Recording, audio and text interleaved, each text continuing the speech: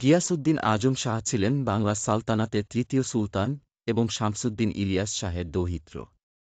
ইলিয়াস শাহের মৃত্যুর পর তার পুত্র সিকান্দার শাহ শাসনভার গ্রহণ করেন। গিয়াসউদ্দিন সিকান্দার শাহের কনিষ্ঠ পুত্র ছিলেন। শৈশব থেকেই গিয়াসউদ্দিনের মেধা ও নেতৃত্বের গুণাবলীর কারণে সিকান্দার শাহ তাকে সুবর্ণগ্রামের দায়িত্ব দেন, যা তার ভাইদের মধ্যে ঈর্ষার কারণ হয়। গিয়াসউদ্দিনের জনপ্রিয়তা দেখে তার ভাইয়েরা সিকান্দার শাহের কাছে অভিযোগ করে।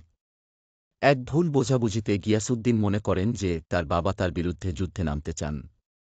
তাই তিনি সুবর্ণগ্রাম থেকে ফৌজ নিয়ে পান্ডুয়ার উত্তরে গোয়ালপাড়া এলাকায় শিবির গাড়েন এবং পিতার বিরুদ্ধে বিদ্রোহ করেন।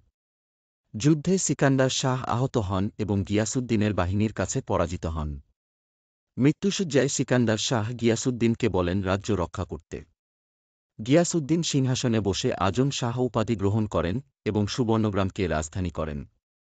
গিয়াসউদ্দিনের শাসনামলে তিনি যুদ্ধবিগ্রহ ত্যাগ করে শান্তি ও বন্ধুত্বপূর্ণ সম্পর্ক বজায় রাখার দিকে মনোযোগ দেন।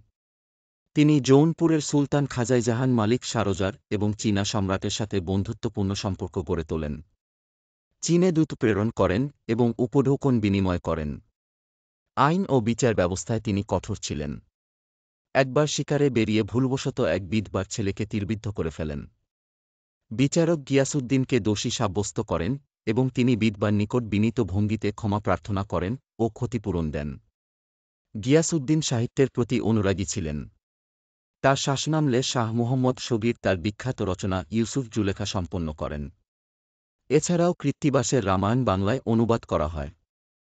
গিয়াসউদ্দিন পার্শ্বের কবি হাফিজের কাছে কবিতা লেখার অনুরোধ পাঠান এবং শাহী নিমন্ত্রণ জানান। বার্ধক্যে ধর্মের সাথে সম্পর্ক দৃঢ় হয়। তিনি মক্কা-মদিনায় মাদ্রাসা নির্মাণ ও আরবদের জন্য ত্রাণের ব্যবস্থা করেন। তবে জমিদার গণেশের ষড়যন্ত্রে 1411 সালে গিয়াসউদ্দিন আজম শাহ নিহত হন। তার মাজার নারায়ণগঞ্জের সোনারগাঁও উপজেলায় অবস্থিত, যা বাংলা সুলতানি আমলের নিদর্শন।